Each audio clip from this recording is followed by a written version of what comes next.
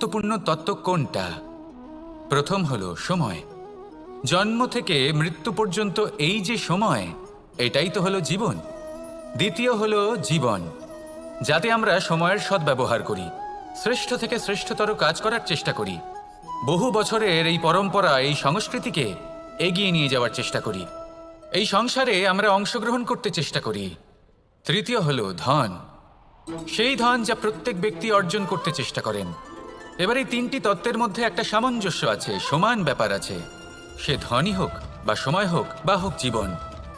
আর সেই সমান ব্যাপার হলো যে যদি আপনি এটা গণনা করতে থাকেন তাহলে তা কমতে থাকে, যদি আপনি এটা ব্যবহার করেন তাহলে তা বাড়তে থাকে। একে সংগঠিত করে রাখতে চেষ্টা করলে এ হাত থেকে ফসকে যায়, কিন্তু যদি আপনি একে সামলে রাখতে শিখে যান তাহলে এমন কাজ করবেন যাতে সংসারের সাথে সাথে পরবর্তী প্রজন্ম লাভবান